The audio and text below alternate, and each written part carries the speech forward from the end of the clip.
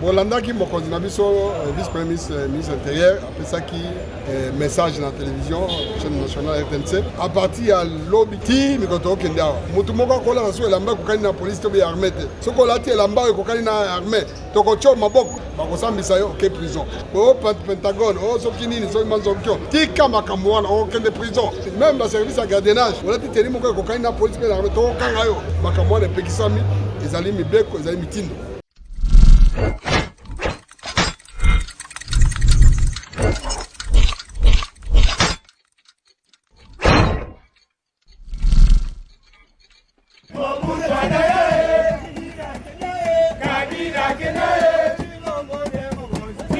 Mbote na bino bandeko balandi partout bo message ko na biso na Tindika télévision chaîne idéale melaka bino ba actualité na tango oyo esengeli ni alobaka toujours qui me régner partout na mabota na bino. Un grand merci à nos boss Rifin qui sont belongo na papikeli bandeko balandi mokolo ya lelo. Tous en a quelques sujets auto sélectionnés qui quelques points d'actualité auto kolobela tout au long analyse na biso ya mokolo ya lelo bandeko balandi na yebi que et salinga plaisir koyeba bonotaka nyoso tolobaka katikati na analyse na biso ya Tindika sengeni koyeba que rapatriement ya relique ya Lumumba et c'est comme qui na République démocratique du Congo kasi à retenir Congo Airways des salaki transport ou on appelle isusu tokolobe la force du progrès au basimo de machette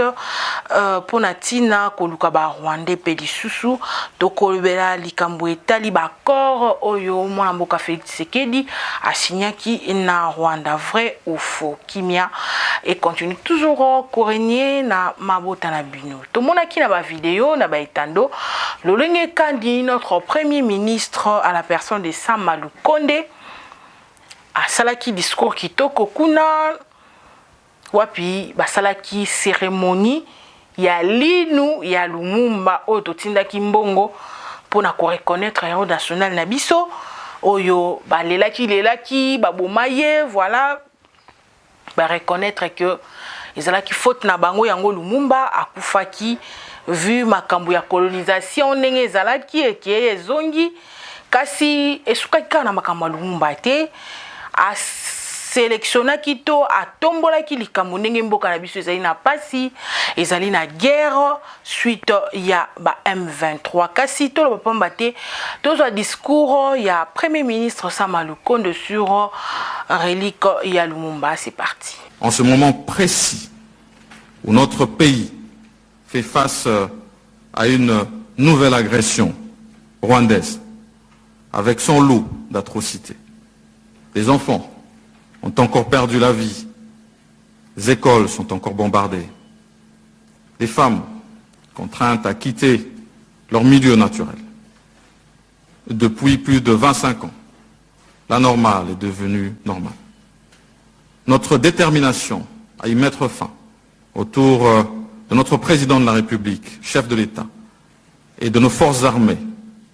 est à nouveau renforcée ce jour. Voilà, bandeko balandi, boutu kolanda vraiment discours ya Sama Lukonde malgré batbalbia lo barate, azaka rawana avandi, warrior ango lo barate, kimia. Cette fois-ci abimi na silence na ye par rapport à discours oyo asali, tout mona qui peut présence ya mwana la fille biologique à Lumumba et si quelques Congolais bayaki pour la cérémonie yango. Kasi esengo na biso ezali komo na compagnie ya mboka compagnie kitoko topesi yango ba fleur donc binono soba na poto soki boye Congo bozonga kaka na avion moko Congo Airways poto yebaki ke babi tozaka na ba avion te tozomona Rwanda réseau ko dondwa la sol congolais tozomona ba Ethiopian Airline tozomona ba vieux belé kili okanisa Congo ezanga avion kasi esengo na motema coup de chapeau na Congo Airways oyo et ça nous allait prouver que Congo eza pe na avion ate eza mingi te mais eza capable kosala pe transport aérien na bamboka ya bapaya esali plaisir à trop tosepeli makasi na ndenge esalemi bongo kasi tika tolobe nano makambo etali mapinga na biso nayebi ke nazoki basigeshe ebele kolekisaka lisusu badéclaration ba M23 te osala bango publicité merci coup de chapeau na bino kokomelaki ngai yango ezali kaka mpona koinforme bayimboka bamosusu bazali koyeba te ezali publicité te kasi toyebaka toujours position nini mboka na biso ekomi nango na mikolo oyo kasi tika nayebisa bino interdiction ya import pe export kuna na frontière ya Bugananga wana eza précisément na Rutshuru gouverneur ya province alobi import export eza lisusu te vu que parti wana ezali na insécurité makasi bandeko balandi tomonaki pe lisusu député na biso na kombo ya Juvenal Munibo asongoli lettre ouverte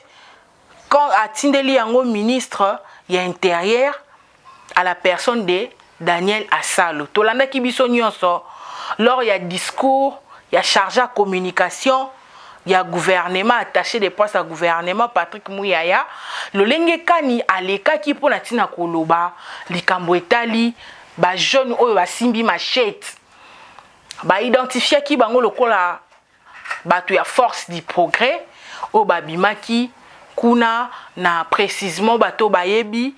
na maison otoyebi ya référence kuna na Yesu Ndibwe kota Kitambo balobi bazoluka ba Rwandais na ba taxi bise na ba moto bakanga ba Rwandais opération bengana Rwandais se bandaki na Congo ezate ke batindi biso population yemoko comprendre que bande kona biso baza agressé na Rwanda. Tout le monde qui même vidéo, to photo, il y a étudiants au na Rwanda, nde ba agressa qui est na population. Mais yo étudiants bi qui tozo buna, mais zo bisaka zonga mboka na yo. Likama makila ndezo tambola mikolo likama makila. Yo moni ke mboka na yo za agressa. Yo vandika na Rwanda. Bako tika yo to bako boma, to zana bezo to kapasi. Faut ko sauver pona yo ke na zone neutre. Ate ya ofele bako tiko katisa bako ko ezaka na okutu ya mbongo te. La kisaka document na yo yeba kombo na po ya biso bunga marate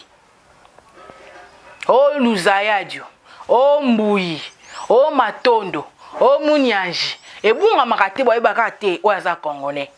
bakokotisa yo ndeko na ngai tala sikonde babeti yo oza na hôpital akila foot bima Rwanda zonga Congo kasi bandeko wana ba identifier bango lokola bande kwa force du progrès o babimi na nzela pona koluka Rwandais na yango député Juvenal oyo a sali lettre écrite contre pona ko adresser yango na Daniel Asalo kotuna bana oyo babimi na nzela na machete yo monite que ezali ko inciter to ko sala que ba infiltrer ba kota na sima likambo yango tellement o sala quelque chose na yango bande ko balandi na proposé bino image oyo ya ba force du progrès ndenge ezali kotambola ba réseaux sociaux que bazali bata force kastokozonga poto yeba est-ce que réellement eza force du progrès est-ce que réellement ezali ba infiltré to ezali ndenge en tout cas nazoki ta ya kozwa image ya lettre écrite ya Monsieur Juvenal te kasi na proposé bino nanu vidéo ya bato ba identifier comme bata force du progrès to landelema ou plutôt zonga na plateau na biso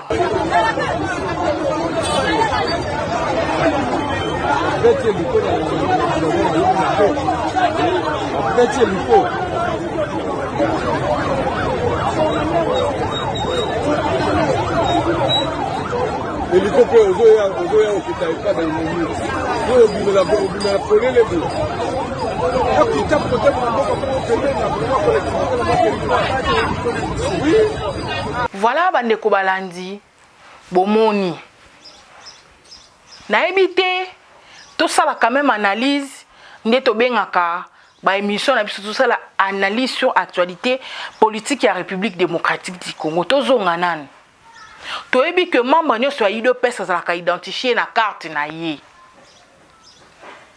biyumbu itango nyonso zaka na base ya ba progressiste ba force du progrès wapi kani bazali kopesa bango misala bazali ko encadrer bango pe bazali identifier kasi nani akende kotala ba jeune oyo babimi na betando pona tina koloba ki réellement bazali bato oyo ya force du progrès n'est-ce pas zaka po balati teni oyo kokani à peu près na mapinga na biso n'est-ce pas eza soki eza po bato moko balobi bamona elongi wana na force du progrès qui nani a identifié bato wana baza réellement bata force du progrès or toyebi ke makambo wana infiltra sa koti na kati ba infiltre ba koti na kati ambassadeur na bango ya Rwanda awa Toshito yoki azali ko financer ba mbongo pona tina koluka ko créer mbutu koluka ko faire soulever ba jeune bokende boko saboye bokende bo sala boye po biso to kota na sima bande ko masolo ya lelo ezali minene ko ebisa bino même toyebaka opposition toyebaka bande ko mususu même batape perdre tango nyonso na betando babimaka pona koloba tozo dévoiler ba corps au Félix Tshisekedi asinaki na Kagame kasi lelo tozu vérité pe to moni accord yango pena to simbi yango na maboko boye même ba vidéo à la po ezali kasi po ezali archivé na ba chaîne moko quelconque et kopesa biso pasi kasi na ba lien en coulisses en particulier le professeur Kalele alobaki yango si o na kotinde la bino yango toyebi ambassadeur ya Rwanda tellement bachaki mo mulunge sur makambo ezoleka akomi koluka ko sauver po na ye azoluka a sala ndenge nini ke a tiré un peu de temps a zonga na mboka na bangote pourvu que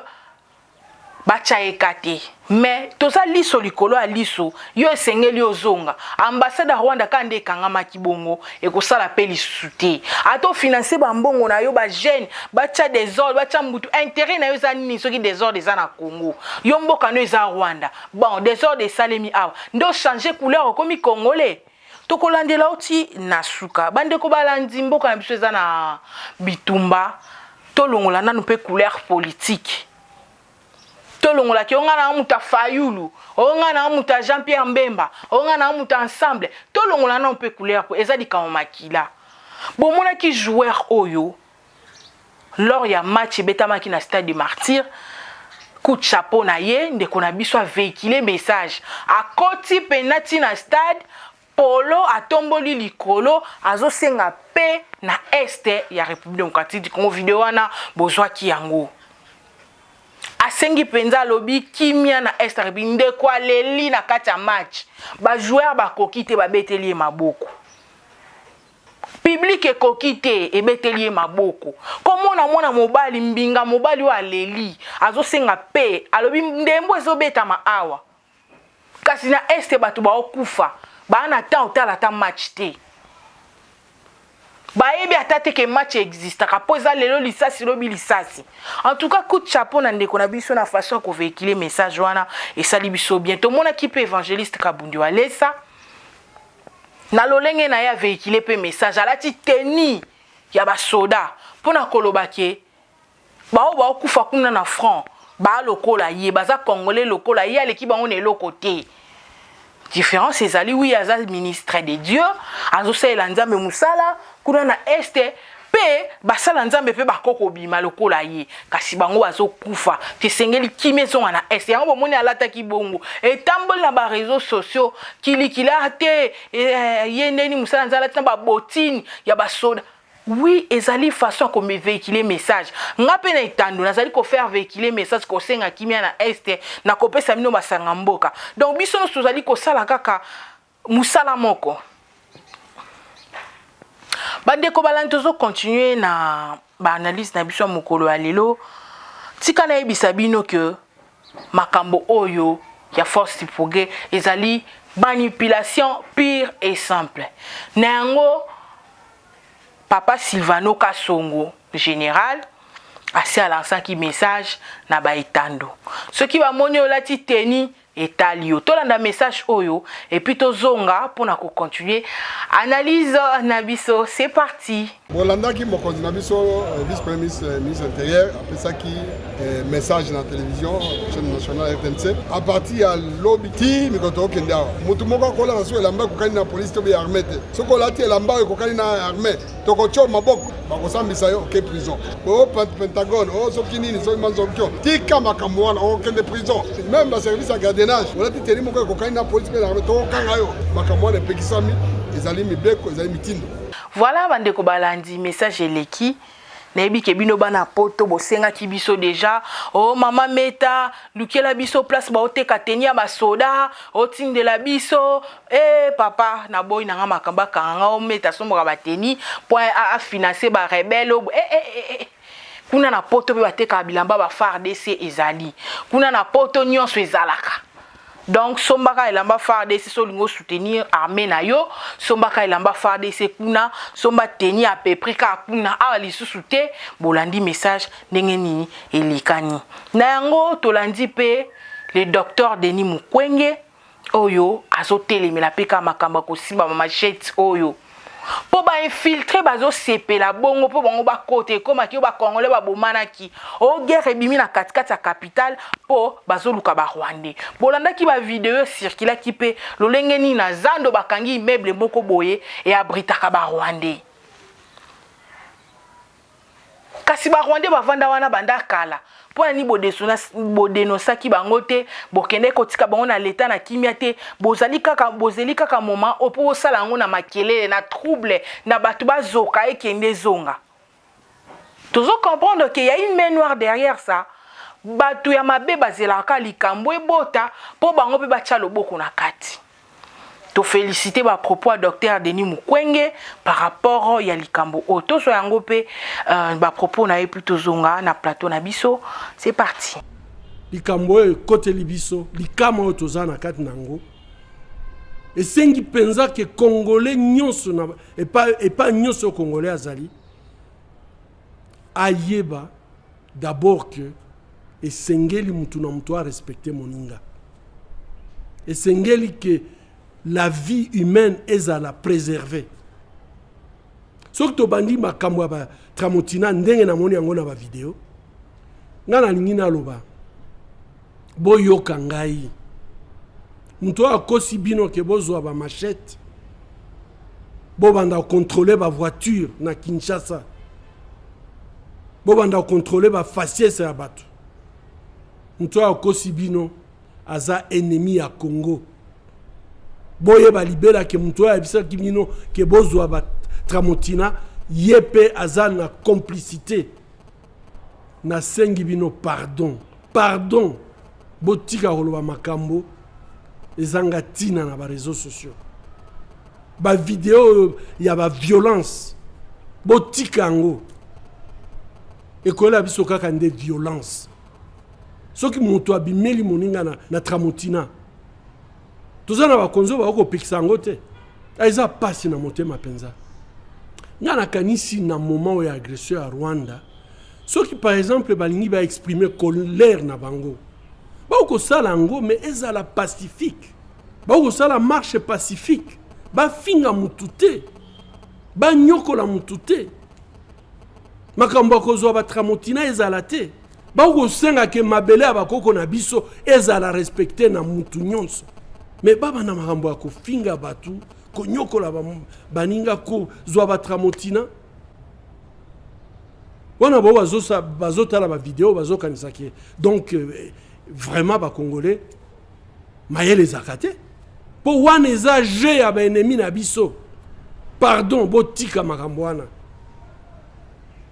soki mtu asengi clean 1 million abatu ba kota na balabala pona ko lakisa mokili mobimbake. En tout cas, toko ndimela te mutu aya kozwa mabele na biso mokili ekoyoka ngana kanisi ba leader d'opinion boye bisa bato baza na kati ya ba parti politique na bino na kati ya ba église na kati ya ba association na bino boye bisa bango ke toza na ba soda batika basoda bakende na bitumba bosambela bango botindela bango biloko ya kolia. Voilà bandeko balandi tomoni tolandi ba propos docteur Denis Mukwege ndenge ni na lobby lokola un fils du pays apesi conseil à lobby. Donc oazana mato ya koyoka ayoka motema kosimba asimba penza à faire accord. Kasi yamboto koma wana tolandi penza réaction pe ya ba diaspora ya bana mboka sur kosimba machette po yango penza nde sali mama na likambo ki chasse zola la te chasse au Rwandais. Donc opération kota na ndako nyonso luka place Rwanda zalaka kangaye kendo tikaye. Donc tous on a nous ba réaction ya bandeko oyo mibale moko alobi sur a féliciter idée oyo bazu pene ya koluka chaque place ba Rwandais pe mususu a dénoncer komona ndenge nini kuna na este na biso ba recrutaka ba soldats rwandais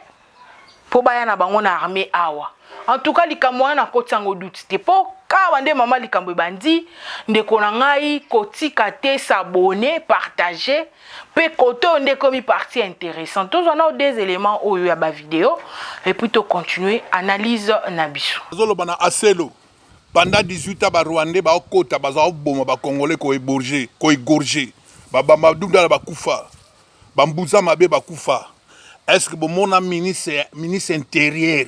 ya Rwanda abima apesa ore ke bakanga batwana? Est-ce que Gagama pesa ore bakanga wana ba jeune o ba bimi po ba riposter po ba manifester na colère ndenge bazo ko bombarder armée na bango yo olo bakyo bakanga bango yo za nani toyebi ke yo oza na service ya Gagame aselo na kolakisa yo ke naza leader d'opinion na senga na président Fachi batika ba jeune ba tout calme baza na mawa ya bandeko na biso o bazo o bakufi et puis jeune o lieutenant John o akota ki na Rwanda bombardé a beti masasa bomi des militaires. Est-ce qu'on a ici une médaille de mérite? Hein? Est-ce que bon honorer même cercueil naé à seul tant que ministre de l'Intérieur incompétent. Yona premier ministre na yoana o yaza baba aza lokola tombo tout le monde tombo lo baraté premier ministre d'ayebi kututé étiquette so bon meki ko kanga ba jeune wana bokomona naza au courant ya tout au chez les combattants. Nous avons un adjoint commissaire adjoint provincial ici qui s'appelle Monsieur Ngoyi Kasongo. Monsieur Ngoyi Kasongo, c'est le commissaire adjoint de la police.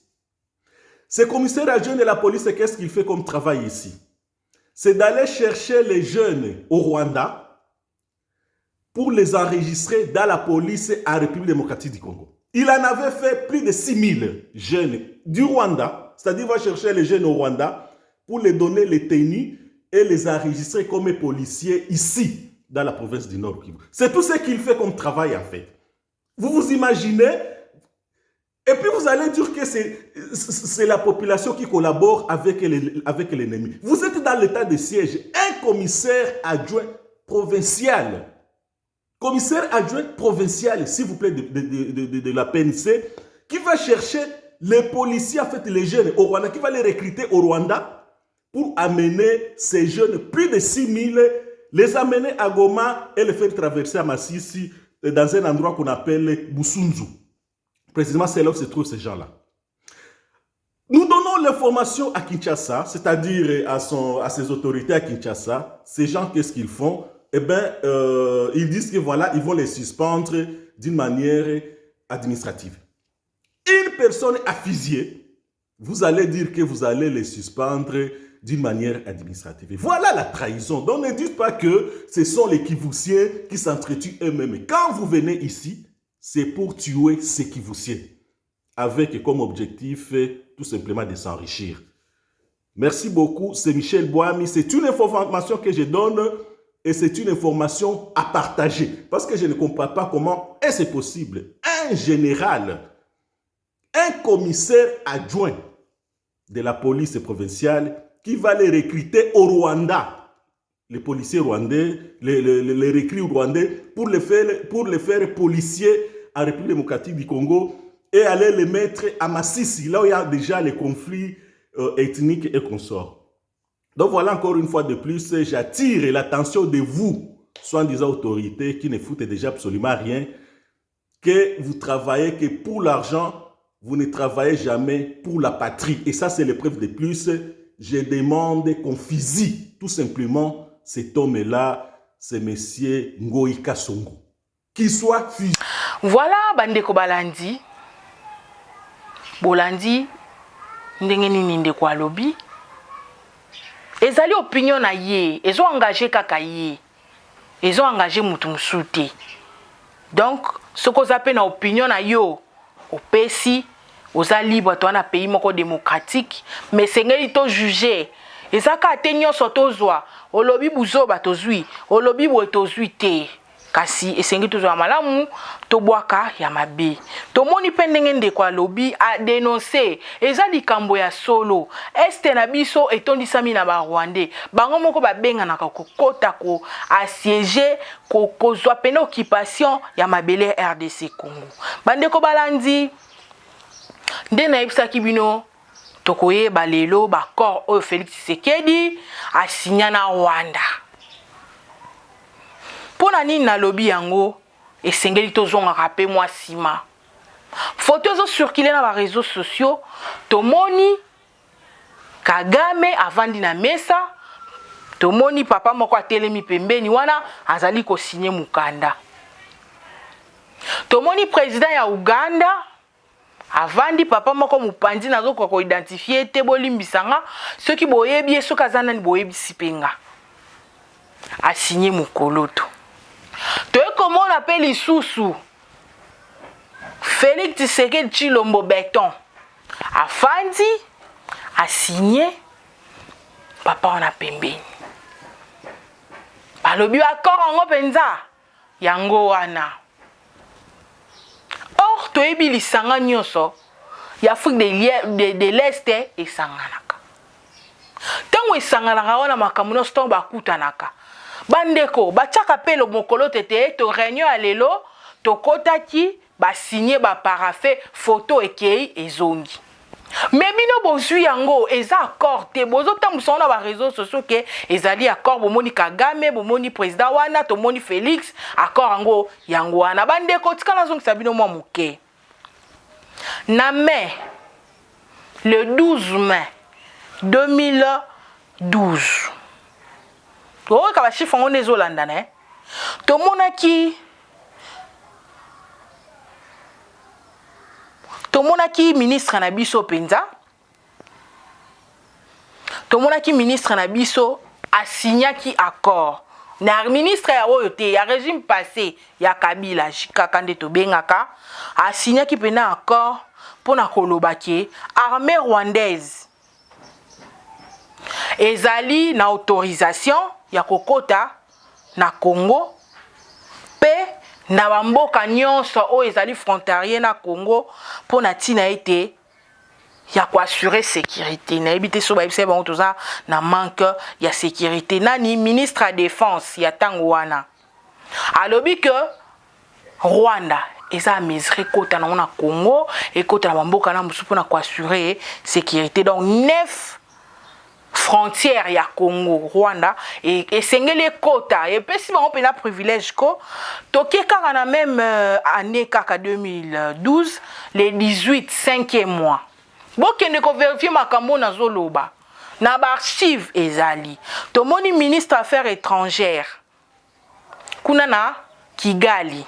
a signé accord pona kolobaki service ya renseignement ya Rwanda ezali na privilège ya kokota tina capitale ko sillonner ko surveiller peut ko contrôler ba cité minière et autres. Tozonga lisusu na le 23 mars makambo kunda batoire que Rwandais akokozwa nationalité congolaise na pete kaka boye pe akoki na ko sala politique wana ba corps bato babimai na régime passé batikela ki biso basinyaki menga na kamwa kabande ko balandi tokomona pe mutu lokola tomona mutu pena lokola lisanga tomoni mutu lokola lisanga penza abimi na epe netando alobi pe bandeko na ngai n'est-ce pas lisanga kenda pe ko signer contrat na Rwanda alongola moniere wana zesu na moniere te alongoli moniere ausala pe déclaration ba archive wana boke kolanda ngo ezali na bato nyonso natangela kibino wana Félix Tshisekedi azalaki député maléré candidat maléré na députation ba invalida qui Félix Tshisekedi azaki au pouvoir te Félix Tshisekedi ayebaki bakor wana te yazaki une opposition nzela wana pe ya bakor aleka kite ezali bakor etikala likolo ya mesa bango basinya yango nde yango balingi batia na mutu ya Félix Tshisekedi pourtant on nyonso na belelaka s'il y a réellement eu des accords bobimisa yango na betando tomona tozwa pe tolakisa tindika elakisaka bosolo tokozwa yango tokotiela bino betando moni signature accord yango basinyaki ya likambo yango wana kasi jusque là tozali kosala ba investigation bien sûr information musu ebatamaka na se ya moi mais nzambe azali juste soki baaccord ezali ekobima mais jusque là oyo ezali na possession na biso pe lisanga ya ba journaliste nyonso komona ke jusque là accord moko te ezali nalobi bien jusque là soki ezali bobimisa yango biso totala pamba te ezali likambo ya video émission na nga nalingaka mingi video mpona kolakisa différence ya makambo susu na oyo kasi makambo nalobi na bino boye soki bobeti na professeur Kalele oyo azali professeur na biso éminent makambo na zwi yango epai na ye na discours na ye ne na soutirer ba point oyo alobi bien quand on dit la RDC a des accords avec le Rwanda ce n'est pas faux c'est vrai abandi ko énumérer en 2000 nini il y a eu plus de 6 accords pe bato o bazaki nzinga tomba ministre na ba o signer yango ba o tuna mokonjo za si peut être signer loko oza si etalio to signer ngo pour avantage mais kotika Rwanda na service ya renseignement déjà bimi déjà mikolo yo to l'accès kibino a Frisel comment et les 40 na Rwanda pe zongi poser nini raison na bango boki ndeko na biso nda lobi nde ba recrutaka pe ba soldat na Rwanda ba koti ba na armée oyo tant to be la armée na biso ezali infiltré boka ke to kosaka mais boyoki ba vérité mususu na ba kombo etangemi po to komi na tango la vérité ya kobomba ezali susu te bande ko balandi ingénieur Biyumbu yazo sinalenga déjà temps salo chité ya kolobe ezali ebele kasi to senga kanabino ba émission ya boye bokomiselaka yango bakonzi na biso nayebi ke bakonzi balandaka tindika nayebi ke bino libanda ya mboka bozala ba relation ya kokotisa biso lisusu na kati na mozindo penza pe kopesa biso ba information esengeli nazo sepia na ba papa na ngana États-Unis wazali azali vraiment mutu ya mboka na biso te pona kotanga pena mboka na ete kasi ayebisi ngai ba vérité mususu o éclaircir pe ndenge na ngai ya komona makambo namoni bandeko mususu pe batindeli nga ba video ya kobakisa toujours connaissance na ngai coup de chapeau na bino merci encore et encore pona makambo ngo ndenge bozali kosala kasi boko babolemba te tozali kosala ensemble pour te soutenir mboka na biso zali kama makila to soutenir FARDC to soutenir Félix Tshisekedi Mukonzi ya mboka po eliki na nzambe to kolonga bomoni déjà lulengeni déjà match zaki na ngambo na biso zali ko remporter victoire na est mais bango bakie ko renforcer bango na banani na bato toyebi ba renforcer mapinga po basala contre biso baboto mabelango ya biso ya bango te bobundisa biso ponani donc FARDC tozali de père de cœur na bino biso pe na kati awa tozali kotika bino te na munoko kaka te na mabondeli na kopesa basango po toyebi jusque là positionnement ezana mwa mobulu kasi FARDC ezali kobongama et ko récupérer tous les mboko frontaliers wana bozui bokangi yango en otage tokozwa yango elike na nzambe FARDC ekolonga pe bino bata force du progrès oyo bobibi na machette armée ezali ko recruter te olebo sala mbutu na popio aleka bo comme okata na machette. Or eza nango batu moko non identifié baza bata forte du progrès te po baza na carte te. Ezali papa au karega ndazali ko financer bango. Po ba tia trouble on dirait terrain eza na kati. Tala bata motema mabe. Nyango bo kende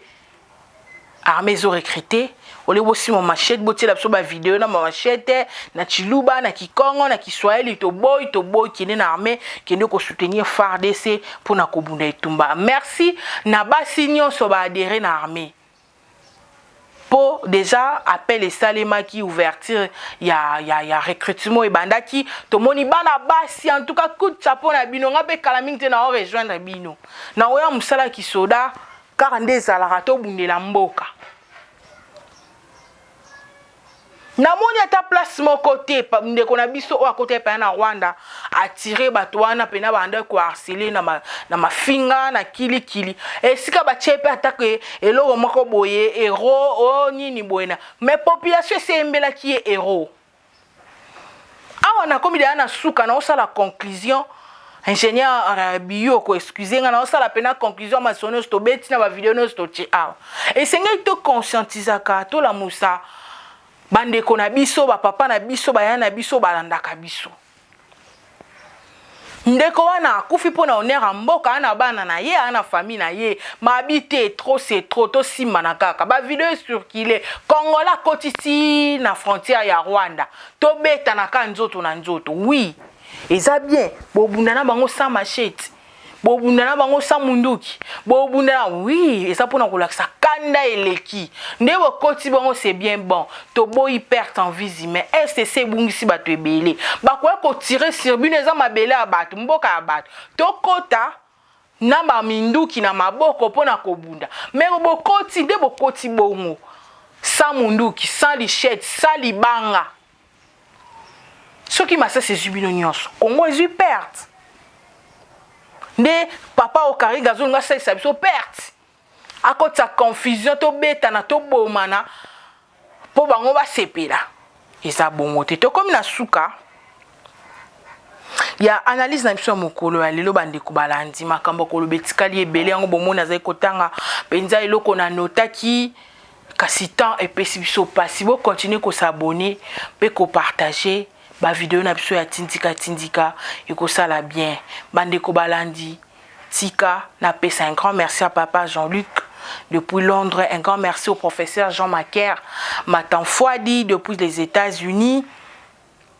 na pesi batneso balandanga na Kolwezi mbote na bosanité maman Angèle Pumbu Fondation Fomam yango ne makambo mikolo yo. Donc, si on a besoin de soutenir le chef de l'État, en tout et pour tout, Sala Loko, la Fondation Foma Mezo Sala. Ils ont sunga ba fimère, ba demini, ils ont l'accès ba tumi sala maboko. Ils ont kate kokota na politique kamba, moi politicien ne simbi ezongi, mais ba action ya bo, ya bon cœur, ya charité, ndeto zali kolinga penza. Un coup de chapeau et grand merci à maman Angèle Pumbu. Fondation Fomam ba fleur rebelle na bino tout comme vraiment na suka ya analyse na biso un grand merci na sima ya caméra tozala ki na biumbuyi na montage tozala na ingénieur Arabi Matondo pona mokolo ya lelo to suki awa to kutena mikolo ko ya bye.